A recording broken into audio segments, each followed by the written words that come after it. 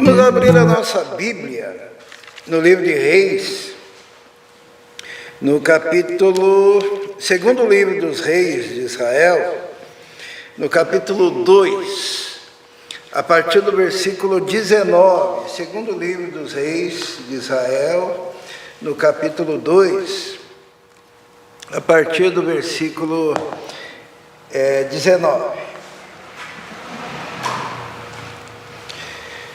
Todos encontraram? Quem encontrou, diga um amém. E quem não encontrou, também diga amém, né? Vai encontrar, tá? Então, hoje nós vamos... Esses dias eu resolvi fazer um bolo não, cozinhar. Fiz uma lasanha, sabe? Uma lasanha lá Ismael. Então eu resolvi esquecer dos ingredientes que um não gosta, outro não gosta, porque eu não gosto de cebola, outro não gosta de azeitona, outro não gosta disso, outro não gosta daquilo. Então, se eu for levar em consideração isso, daí o que vai acontecer? Eu não vou pôr os ingredientes todos que eu gosto, né? Então, coloquei azeitona, né? Tem aqueles que são anti-azeitona. Coloquei cebola, tem gente que é contra cebola, né? E olha, foi um sucesso. 2 formadas assim, ó, voou. E hoje, eu estava lendo a Bíblia e pensei, poxa, mas aqui eu encontro na palavra alguns ingredientes para a vida da gente. Para aquilo, é como se fosse uma receita, né? Normalmente o sermão que eu prego é expositivo, hoje vai ser tópico, temático. Então, basicamente, qual a receita para a gente se dar bem na vida? E eu olhei lá a história de Eliseu e pensei assim, poxa, Eliseu, as histórias quando ele começa o seu ministério, são parábolas, são ações parabólicas que nos ajudam a aprender a como viver em meio às dificuldades. Então, nós vamos pegar diversos acontecimentos da vida do profeta Eliseu e vamos analisar rapidamente. Já que todo mundo conhece as histórias, vai ficar fácil, né? Todo mundo aqui já participou de escola bíblica dominical, né? Quem aqui não sabe o que é escola bíblica dominical? Não existe mais, né? Mas tinha que existir. Mas então nós vamos ler capítulo 2 de 2 Reis, a partir do versículo 19. Diz assim: alguns homens da cidade foram dizer a Eliseu: como podes ver, esta cidade está bem localizada, mas a água não é boa e a terra é improdutiva. Então, tem vidas que são assim, né? Que tem tudo para dar certo. Opa. Voltando lá, 2 Reis, no capítulo 2, versículo 19. Alguns homens da cidade foram dizer a Eliseu: como podes ver, esta cidade está bem localizada, mas a água não é boa e a terra é improdutiva. Às vezes a vida das pessoas está assim, né? Tem tudo para dar certo, só que a terra é improdutiva e a água, como diz ali, não é boa. Águas amargosas, águas ruins. E se a terra não é boa e a água é ruim, o que acontece? Não consegue produzir. Você pode plantar à vontade, mas a terra é boa, eu tenho tudo para dar certo, mas não está dando certo, o que será? Daí foram reclamar com o profeta. E para a nossa vida dar certo, nós vamos ver diversas ações parabólicas. O profeta, ele disse o seguinte, no versículo 20, ó, disse ele: põe um sal numa tigela nova e tragam-na para mim.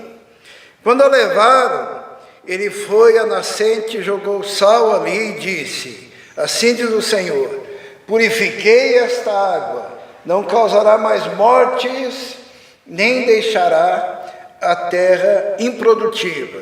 E até hoje a água permanece pura, conforme a palavra de Eliseu. Ele pediu algo para aquele povo, ele pediu uma tigela nova. Sabe, toda vez que nós queremos que Deus haja em nosso favor, a gente também tem que oferecer algo bom. Por que será que foi uma tigela nova, que nunca tinha sido usada, né? Porque você tem que oferecer para Deus o melhor, né? Você tem que oferecer o melhor. Às vezes nós oferecemos para Deus aquilo que sobra, né? Aquilo que é secundário. A gente não valoriza as coisas de Deus. O Eliseu ele disse o seguinte: pega uma tigela nova, não pode ser usada. E ele pegou sal. Isso daqui não é nem um tipo de macumba, tá? Tem igreja que pega esse versículo aqui, pega e vai salpicar sal grosso em tudo quanto é lado, né? Não é essa a ideia. Até quando Jesus falou assim, vós sois o sal da terra, eu acredito que ele estava pensando até nesse episódio do Velho Testamento, em que o sal, sendo jogado naquelas águas, salvou, purificou as águas e abençoou a terra.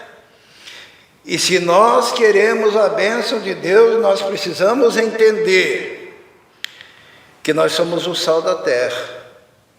Significa que se nós entrarmos em qualquer lugar, em qualquer ambiente, esse ambiente, ele deve ser purificado pela nossa presença, pelo nosso testemunho, pela nossa ação. E assim, o povo de Deus vai sendo salpicado, semeado pela terra, e aquela terra amaldiçoada que não produz, ela começa a produzir. Aquela água que não prestava, ela começa a ficar potável. A sequidão, ela deixa de existir naquele lugar. Porque quando a gente chega perto de alguém, a gente tem que trazer vida. E aquilo que é improdutivo tem que tornar-se produtivo. Nós somos o sal da terra, nós somos a luz do mundo, nós somos a igreja do Senhor. E uma historinha interessante do cara que estava querendo pular da ponte, né? E ia se suicidar. E daí um crente viu ele e não faça isso, espera. E daí aquele, mas eu estou com muitos problemas. Não, mas vamos conversar, me conte os problemas. Daí aquele rapaz que ia pular, ele começou a contar os problemas, porque aquele irmão imaginou assim, se ele falar bastante, ele desabafa, e daí consegue superar esse momento. Daí o homem começou, a minha vida é ruim, eu fui rejeitado, aconteceu isso na minha casa. E aquele irmão dizia, fala mais. E a minha mulher me abandonou, e os meus filhos não sei o quê. E daí fala mais. Eu perdi o emprego. E aquele irmão dizia, então vai, já estava 2 horas lá conversando, conta mais. E me aconteceu que uma doença, não, mas conta mais. No final da tarde, sabe o que aconteceu? Os dois pularam. Né? O cara, isto é, em vez do crente influenciar o indivíduo, ele não fala, ele fala desgraça, e mais problema. Então, aquele cara trouxe mais sequidão para aquelas circunstâncias. Agora, o sal da terra, o que ele faz? Ele chega, fala da graça, fala do amor, está com problema, o Senhor Jesus já carregou esses problemas, nós vamos vencer juntos, nós vamos caminhar juntos. Em vez de trazer sequidão, ele traz o que é bênção para a terra. Ele traz luz para a terra. Ele coloca no coração daquele indivíduo que está sofrendo algo da graça e do amor de Deus. Então, o primeiro ingrediente que eu queria deixar para os irmãos, se você está sentindo a sua vida improdutiva, as coisas não estão acontecendo do jeito que vocês imaginavam e sonhavam, comece a colocar sal em todos os teus ambientes, lembrando que esse sal é você mesmo. É você que vai trazer o tempero, é você que vai preservar, é você que vai ser a bênção e fazer com que aquelas águas se tornem potáveis, que aquela terra se torne uma terra abençoada. O segundo ingrediente que eu gostaria hoje de falar, está no capítulo 3. Nós vamos ler, eu vou contar a história, no versículo 13. Vamos ler? Diz assim, capítulo 3, versículo 13. Tudo é a história de Eliseu, quando ele assumiu o lugar do profeta Elias, né? Diz assim, Eliseu disse ao rei de Israel, nada tenho a ver com você, vá consultar os profetas do teu pai e da tua mãe.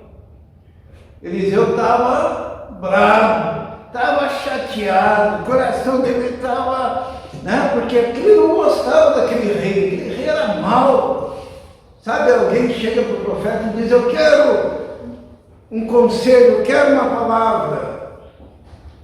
E o profeta diz, vai consultar os profetas do teu pai, vai consultar os profetas da tua mãe, não é que me incomodaram. Ele estava assim. Vocês já se sentiram assim? Irritados com as circunstâncias? Você não quer dar testemunho, você não quer falar nada. Sabe que às vezes no ministério a gente se sente assim, né? A gente quer ajudar, a gente quer abençoar, a gente percebe, a pessoa não quer, e não ouve, e não se converte, e não quer conselho, e quer continuar a ter a vida desgraçada. De repente ela chega de novo para o pastor e diz, olha, eu preciso da palavra. E o pastor pensa, vai consultar o profeta da tua mãe, profeta do teu pai, para de me incomodar. Só que daí, o profeta Eliseu, olha o que aconteceu. No versículo 14, diz assim, então Eliseu disse, juro pelo nome do Senhor dos Exércitos, a quem sirvo, que se não fosse por respeito a Josafá, rei de Judá, eu não olharia para você, nem mesmo lhe daria atenção. Mas agora, traga-me um arpista. Enquanto o arpista estava tocando, o poder do Senhor veio sobre Eliseu, e ele disse, assim diz o Senhor. Os irmãos percebem, o segundo ingrediente, sabe qual que é? O primeiro é o sal, né, que somos nós. O segundo é o louvor, é a adoração. O profeta não queria atender o rei, estava com raiva, ele vai consultar o profeta da tua mãe, do teu pai, não me incomode. Daí, num dado momento, ele disse, sabe o que? Eu vou cumprir o meu papel. Chame o arpista. Vamos louvar. Eu vou adorar a Deus, eu vou cantar, eu vou ouvir canções. E enquanto ele ouvia canções, o que aconteceu? O Espírito do Senhor veio sobre ele. Ele abriu a boca e começou a profetizar e disse, assim diz o Senhor. Se nós queremos transformar as nossas circunstâncias, nós devemos ter louvores nos nossos lábios. Não importam as circunstâncias, o profeta estava se sentindo mal e não queria profetizar, mas ele disse, traz um arpista. Porque o louvor a Deus, ele transforma as situações. A adoração transforma. E ele então, cheio do Espírito Santo, um pouquinho antes ele estava cheio do que não? De raiva, né? Mas logo em seguida, o Espírito Santo veio sobre ele. Sabe? Você pode passar a vida inteira cheio de raiva, se quiser. Cheio de ódio. Deus tinha prometido para Abraão que ele seria o pai de uma grande nação. Né? Ele disse: você vai ter um filho na sua velhice. E o que o Abraão fez para se manter firme na fé? O que ele fez? Na confiança. Está lá em Romanos, no Novo Testamento, no capítulo 4. E ele deu glórias a Deus, ele louvou a Deus. E na medida que ele louvava a Deus, a fé de Abraão era fortalecida, ele se mantinha firme, esperando anos para que aquele milagre acontecesse na vida dele. Quando o apóstolo Paulo fala assim, que nós não devemos andar ansiosos por coisa alguma, ele dá um conselho, ele diz assim, não andeis ansiosos por coisa alguma, antes sejam em tudo conhecidas as vossas necessidades pela oração e súplica, com o quê?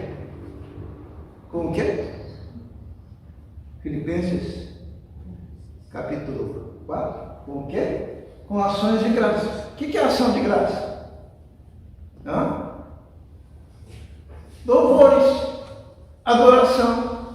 Você está ansioso, você pega aquela ansiedade, lança sobre o Senhor, transforma em oração e começa a louvar a Deus.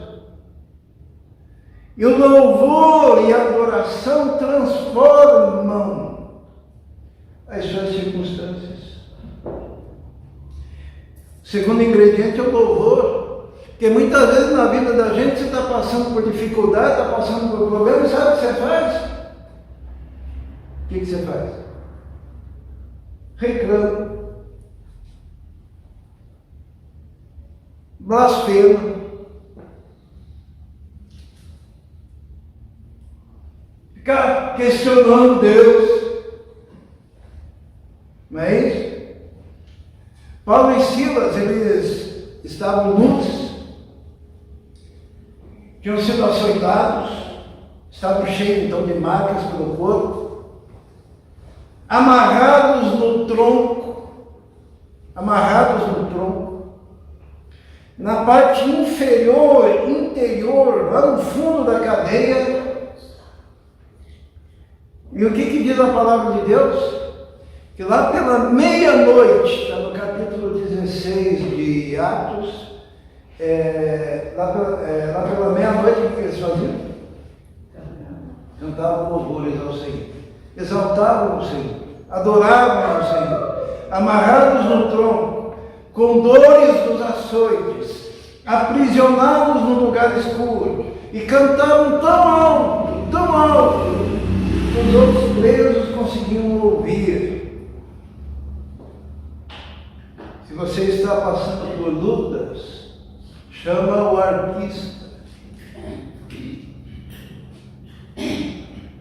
Comece a louvar a Deus. O professor da Rebeca da Vitória disse uma coisa que eu não concordo, sabe? Um dia aqui, desculpe não concordar, talvez eu não seja tão científico, né? Mas um dia aqui, o grupo de louvor estava cantando e apareceu uma voz que não era deles, tá? Está gravado. Era de vocês aquela voz? Não, uma voz. Cantando junto. Tá? Daí a gente ouvindo lá, você lembra? Você não estava? Então, daí a gente admirado assim, né? Da onde que vem essa voz, né? Seriam dos anjos, né? Que alguém aqui já viu anjos por aqui, sabe? Já viu? Tá? Seriam dos anjos. Daí, elas, na aula delas, disseram assim, que existe um fenômeno que quando estão cantando, e daí chega numa determinada tonalidade, aparece uma voz que é a ressonância de todas as vozes, e o cérebro engana a pessoa e ela tem a percepção de que alguém que não está ali está cantando também, mas isso é misticismo, na verdade, porque é um fenômeno físico.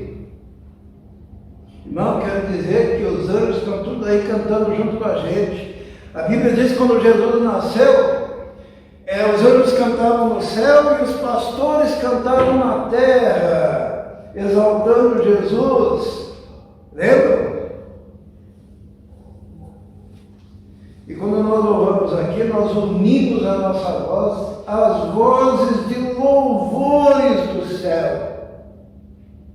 E o louvor tem esse poder de transformar circunstâncias, porque Deus habita aonde? Entre os louvores. Eliseu não queria dar atenção ao rei, mas daí ele disse, chama um arpista. E quando ele começou a adorar, o Espírito do Senhor o encheu. E ele falou, assim diz o Senhor. Então esse é o segundo ingrediente para que você tenha as suas circunstâncias transformadas. Vamos ver o terceiro, no capítulo 4, a partir do versículo 1, diz assim: certo dia a mulher de um dos discípulos dos profetas foi falar com Eliseu: teu servo, meu marido, morreu, e tu sabes que ele temia o Senhor. Mas agora vem um credor que está querendo levar meus 2 filhos como escravos. Eliseu perguntou: como posso ajudá-la? Diga-me, o que você tem em casa? E ela respondeu: tua serva não tem nada além de uma vasilha de azeite. Então disse Eliseu: vai pedir emprestadas vasilhas a todos os vizinhos e peça muitas. Depois entre em casa com seus filhos, feche a porta, derrame aquele azeite em cada vasilha e vá separando as que você for enchendo. Os irmãos conhecem a história, né? Que foi enchendo as vasilhas, enchendo. Enquanto tinha vasilha para encher, o azeite foi se multiplicando, até que acabaram-se as vasilhas e parou então o azeite. E Eliseu disse: agora vende esse azeite, paga a tua dívida e viva como o restante. Deus das provisões, né?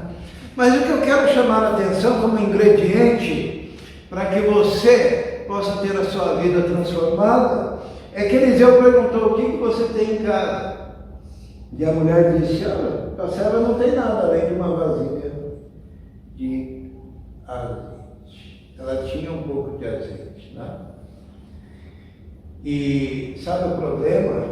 O problema é que às vezes você não tem nem um pouco de azeite. Por quê? Porque a sua vida está secando. O azeite que simboliza o Espírito Santo. O azeite que simboliza a unção. E sem unção você não tem nada. Sem um pouquinho de azeite, pelo menos um pouco, para que aquilo se multiplique. E por que não tem nada? Porque você não guarda nada. Quando você não armazena, como que a nossa fé se multiplica? Como é que é mesmo? Está lá em Romanos. A fé vem pelo? Ouvir. Ouvir o quê? A palavra de Deus. Mas se você não ouve, se você não tem comunhão, se você não participa, essa viúva, ela dizia assim: olha, meu marido, ele era um dos teus colaboradores, ele era o que mesmo? Ele era um dos discípulos, né? Discípulos dos profetas, ele era um seminarista. Naquela época tinha as escolas de profeta.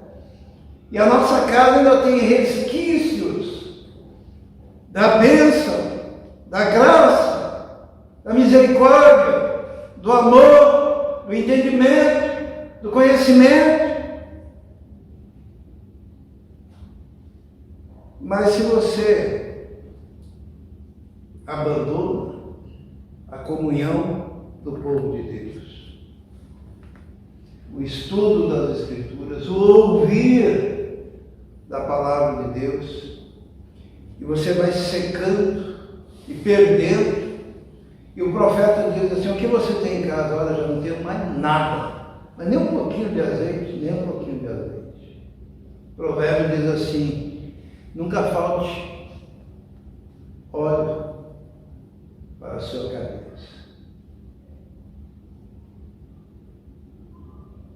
A fé vem pelo ouvir a palavra do Senhor. Sabe, tem um testemunho muito triste de alguém que já foi aqui da igreja e abandonou e foi cuidar da sua vida, abriu um comércio, daí não tinha tempo para os irmãos, não tinha tempo para a igreja, não tinha tempo para Deus, não tinha tempo para nada.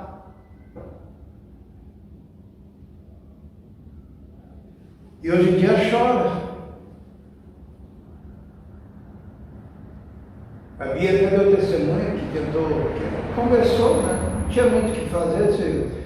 Se não tem mais nem um pouquinho de azeite, como é que vai dizer para multiplicar o que não tem? E é derrame do marido, é derrame da pessoa, é filha morando com mulher, é a vida se destruindo, e a vida não se destrói de repente, ela se destrói aos poucos. Você não leva Deus a sério, daí um dia vem chorar: ai, meu filho. Mas você levava ele na igreja, você orava por ele, você pegava da mão dele, você aconselhava ele, você lia a Bíblia junto com ele, você se ajoelhava junto com ele. Ou você é alguém que simplesmente abandonou a comunhão com Deus? A Bíblia diz assim: se aproxime de mim, Deus que fala, né? E eu me aproximarei de você. Mas você vive distanciado do Senhor. E depois, quando vai chorar, não tem nem um pouquinho de azeite. Se tem um pouquinho de azeite, Deus quer multiplicar. Mas eu estou seco. Não tenho mais nada. Esse ingrediente agora, ó, que você tenha uma reserva na sua casa. Uma reserva de azeite, uma reserva de unção, uma reserva de poder, uma reserva da graça de Deus, do entendimento das Escrituras, da comunhão, porque quando tudo falhar, você vai ter ali o povo de Deus do teu lado, você vai ter a igreja do Senhor, você vai ter a unção do Senhor, você vai ter a palavra do Senhor.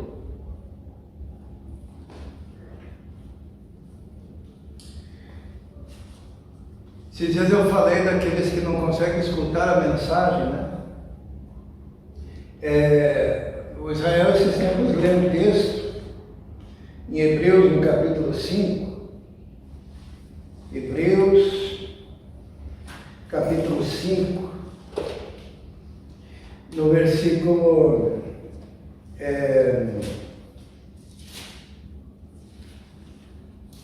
12, ou melhor, no versículo 11, quando fala daquele povo que era para ser mestre, era para ser doutor, era para ser PhD no conhecimento de Deus e da palavra, e estavam precisando de leitinho, porque se tornaram faltos de azeite. Diz assim no versículo 11: quanto a isso, temos muito que dizer, coisas difíceis de explicar, porque vocês se tornaram lentos para aprender. Se tornaram lentos para aprender. Tem uma tradução que é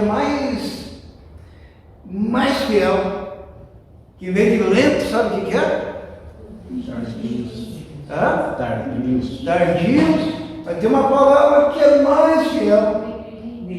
Negligentes. Tem uma outra palavra mais fiel. Todas as palavras estão certas. Sabe qual que é a palavra? Tem uma tradução que diz assim: vocês se tornaram preguiçosos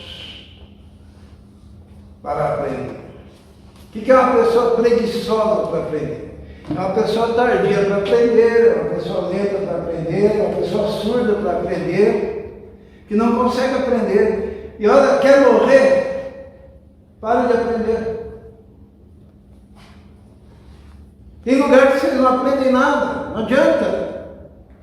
Você vai ter um friozinho na espinha, vai ter, que bom, mas não está aprendendo nada, porque não tem quem ensine. O eunuco estava lá no deserto, e Filipe pergunta: entendes tu que lês? O que o eunuco respondeu? Como vou aprender se não tem quem me ensine? Como vou aprender se não tem quem me ensine?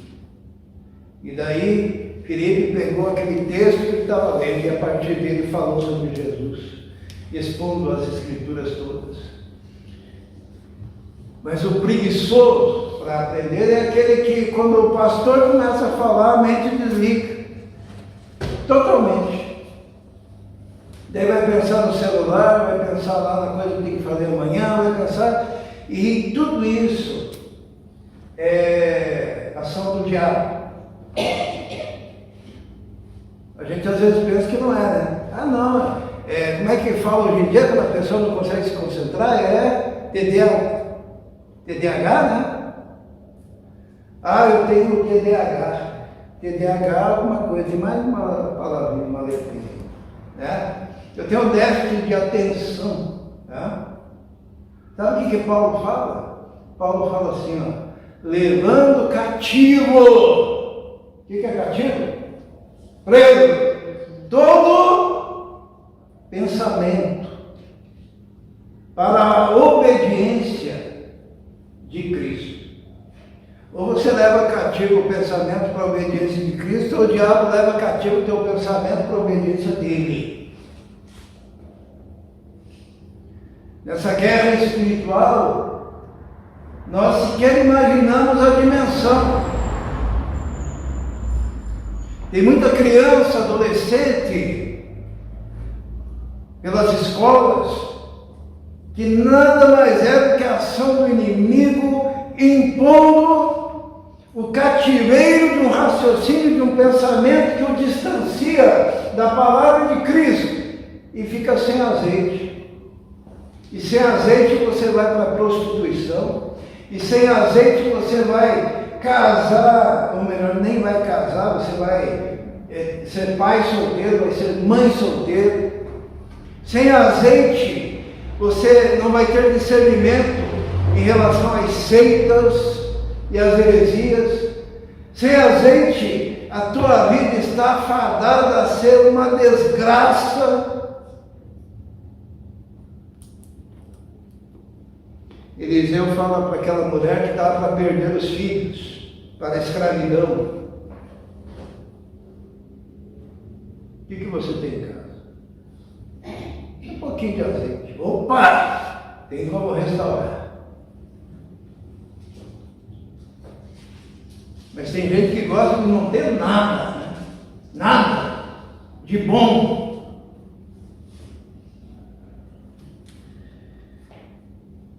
Então, esse ingrediente é um pouco de azeite.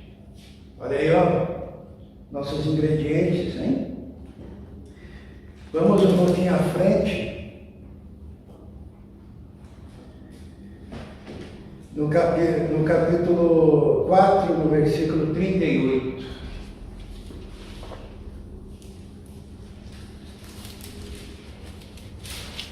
Diz assim: depois Eliseu voltou a Gilgal.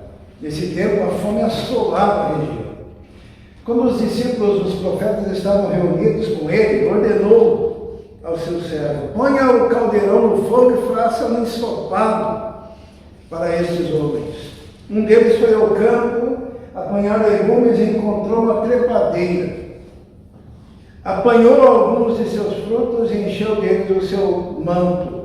Quando voltou, cortou em pedaços e colocou-os no caldeirão do ensopado, embora ninguém soubesse o que era.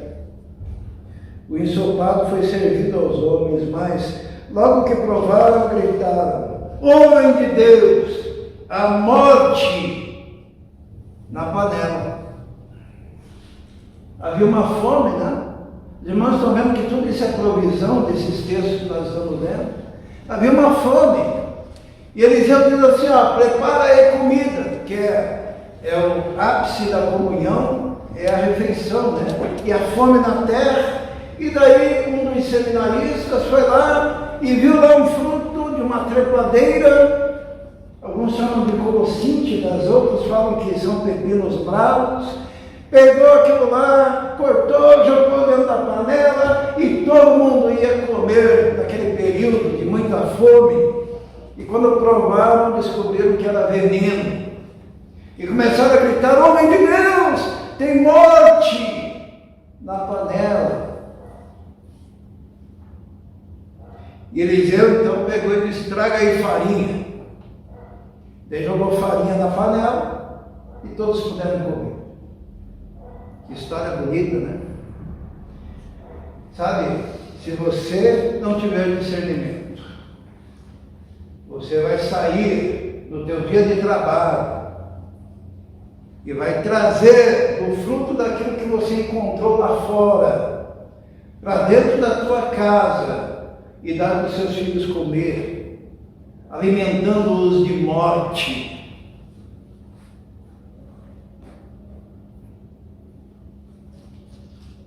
Eu estava com a Marilda no centro de Curitiba e alguém ofereceu um livrinho, né? E daí eu fui bem mal educado e disse: não quero. Porque eu não vou levar morte para dentro da minha casa. E era um livro cheio de heresia. Mesmo sabendo que aqui em casa o pessoal tem conhecimento suficiente para discernir entre o bem e o mal. Mas eu já vi cada coisa que é levada para casa. Cada porcaria. E daí os filhos comendo aquilo que não presta. Porque nós mesmos nos encarregamos de levar para dentro da nossa casa veneno e colocar na panela e dar para o filho comer. E quando um filho se levanta e vai lá e diz: eu vou comer um pouco daquele veneninho ali. E a gente diz: vai lá, porque na verdade tudo é coisa de Deus, tudo é bom. E vai comendo. E o veneno vai levar para o inferno, o veneno vai levar para a condenação, o veneno vai causar doença, o veneno vai causar câncer, o veneno vai trazer um derrame, o veneno vai trazer um monte de consequências. Mas a gente diz: a gente tem que ser bonzinho com todos. E carregamos maldição para dentro do nosso lar, para o meio da nossa família. Daí um profeta careca, Eliseu era careca, tá? Alguém grita assim: tem morte na panela.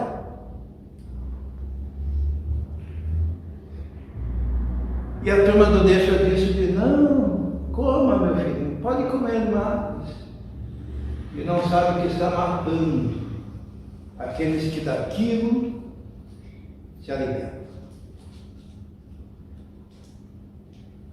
Esse ingrediente que eu quero trazer agora é discernimento. Teu filho, tua filha, tua família, tua mulher, teus amigos, teus parentes, eles não vão morrer de repente, porque você está dando veneninho em doses homeopáticas. Vai ser lá na frente. Mas o tempo de colocar farinha na tua comida é hoje. O que é a farinha? Ali diz assim, o homem de Deus disse assim no versículo 41. Então Eliseu pediu um pouco de farinha, colocou no caldeirão e disse, sirvam a todos. E já não havia mais perigo no caldeirão. Farinha, trigo, pão. É a palavra de Deus. É o antídoto.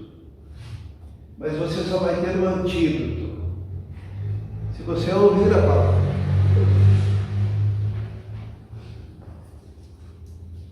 Senão você não vai ter ferramenta. Sabe, os irmãos já ouviram falar de bomba relógio, né? Como é que é a bomba relógio? A bomba relógio ela é programada para explodir, não agora, mas daqui um tempo, né? E o diabo ele é especialista em preparar bombas espirituais relógio para explodir depois. Às vezes é no casamento, né? Às vezes a pessoa, todo mundo está vendo, vai dar problema. Às vezes vem umas expressões que eu não posso dizer. Vai dar problema. Porque é uma bomba relógio, não vai dar problema agora, vai dar problema daqui 3, 4, 5 anos, 10 anos. Às vezes a forma como você educa os seus filhos vai dar problema. Ah, meu filho está tão bem e tal, como é que ele está? Está amaziado, tá? Pecando contra Deus, vivendo em promiscuidade sexual, com uma mulher que não é dele, porque ele ainda não casou.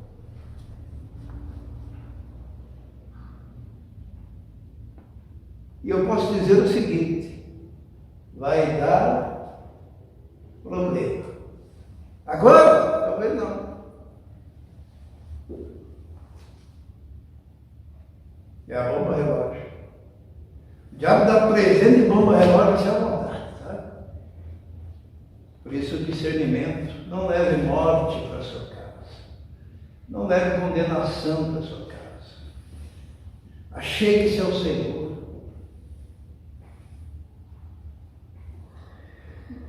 Mas o ingrediente, versículo 42, diz assim: veio um homem de Baal Selisa, trazendo ao homem de Deus 20 pães de cevada, feitos dos primeiros grãos da colheita, e também algumas espigas verdes. Então Eliseu ordenou ao seu servo: sirva a todos.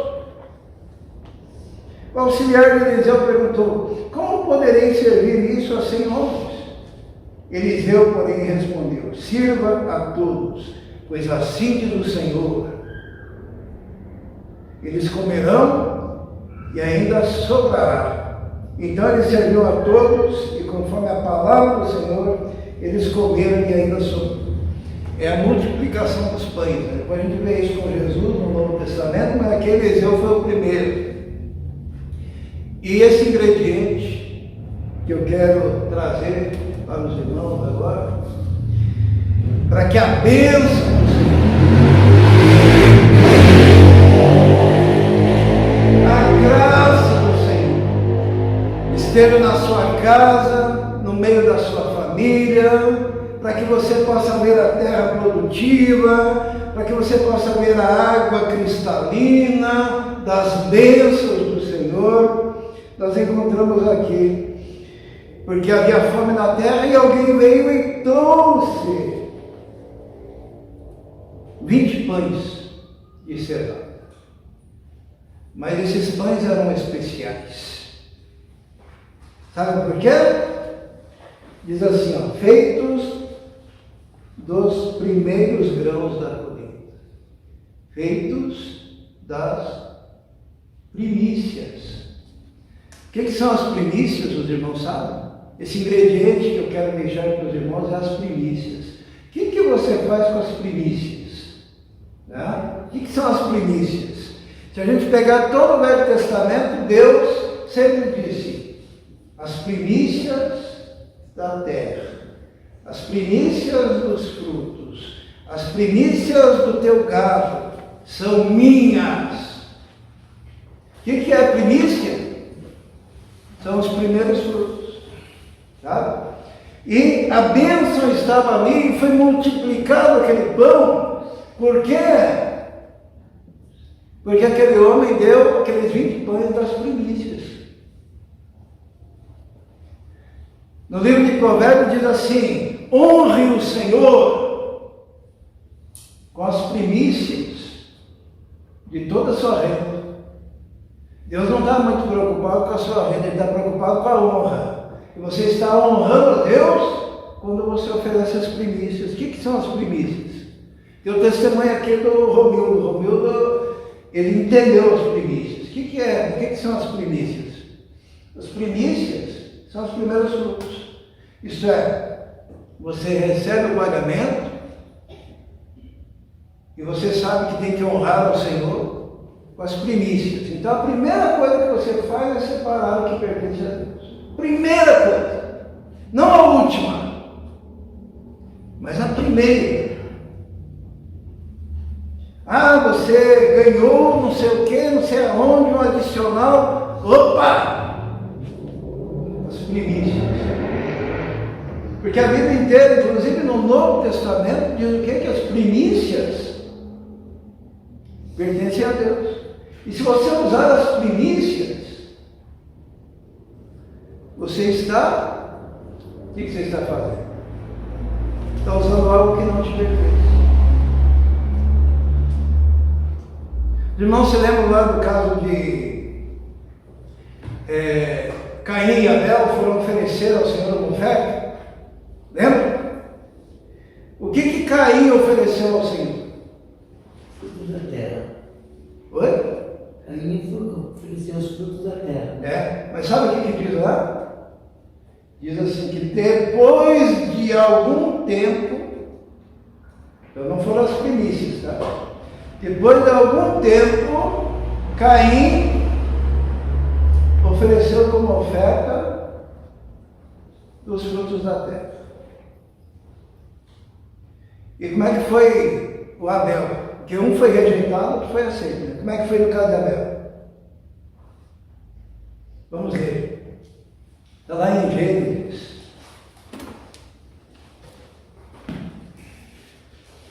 No capítulo 4.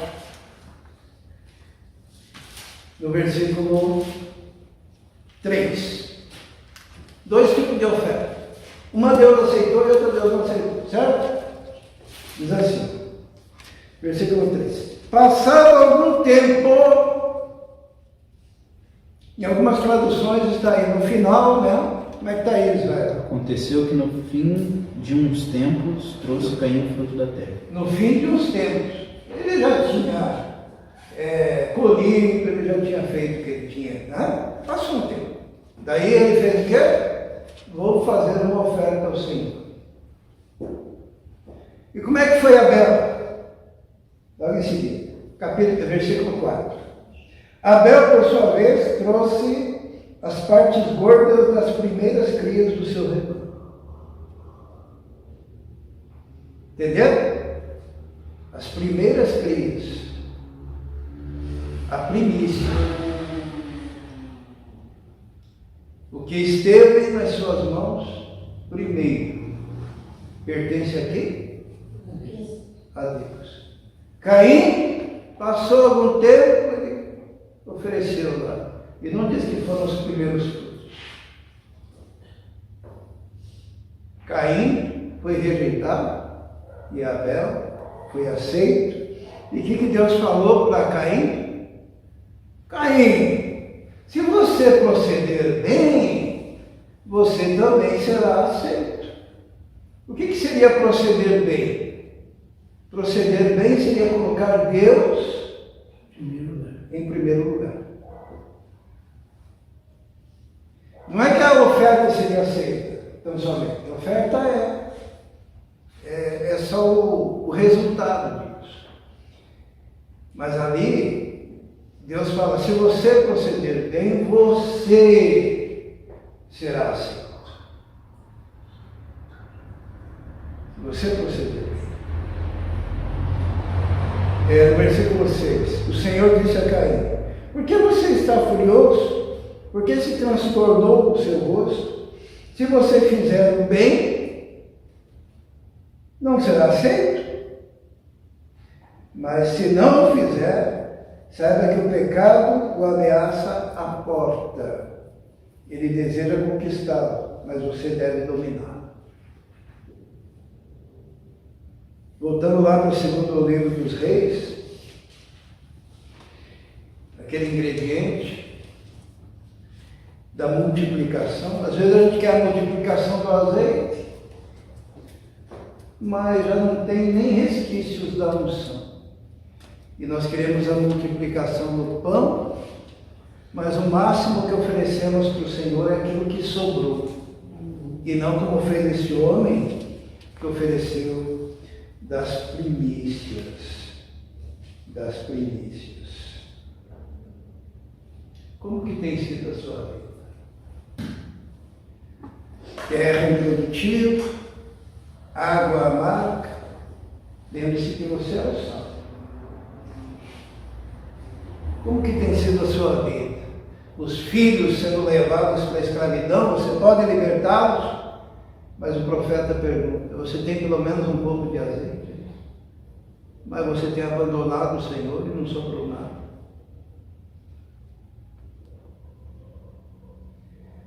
Você só resmunga da vida?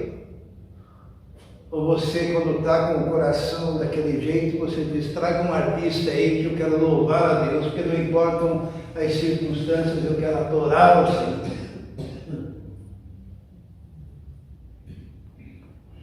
E você? O que você tem oferecido ao Senhor? O resto? Não as primícias? Por exemplo, quando você acorda, o que seriam as primícias do seu tempo? Aquele primeiro momento, né? Você acordou, você acorda e você diz: Senhor, muito obrigado, aleluia, glória a Deus, estou de pé, estou vivo, estou respirando, vou trabalhar, estou forte. Ou você diz: ah, estou atrasado. Lá no final da tarde você pensa assim: poxa, eu nem falei com o Senhor hoje, agora não dá tempo, vou falar com ele na hora de dormir. É quando você vai dormir cansado, você está oferecendo as primícias? Não, você pega e diz: Senhor, muito. Daí de manhã você diz: amém. Quando acorda, oferece o melhor para o Senhor.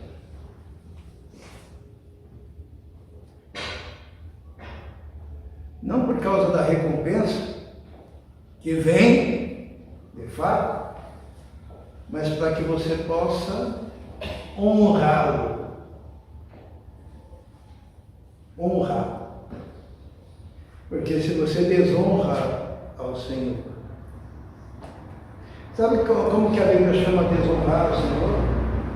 O equivalente de desonrar o Senhor. Teve Miriam que desonrou a Moisés, lembram disso? Ela criticou a liderança de Moisés. E Deus falou assim que aquele ato dela foi como se fosse uma cusparada na cara de Moisés.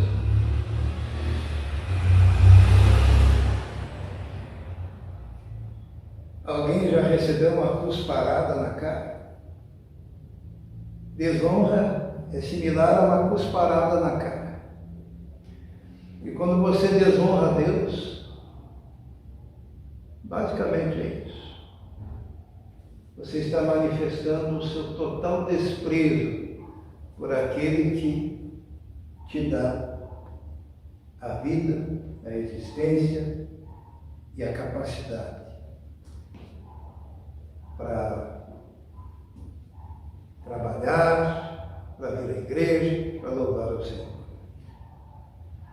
Não é o que resta do seu tempo, não é o que resta do seu dinheiro, não é o que resta das suas habilidades, mas é o ápice do seu vigor que deve ser entregado ao Senhor. E, enquanto há tempo, aprendendo a ouvir a voz de Deus, que nós não nos tornemos, como diz lá em Hebreus, preguiçosos, para aprender o que Deus tem a ensinar. Amém? Vamos fechar os olhos.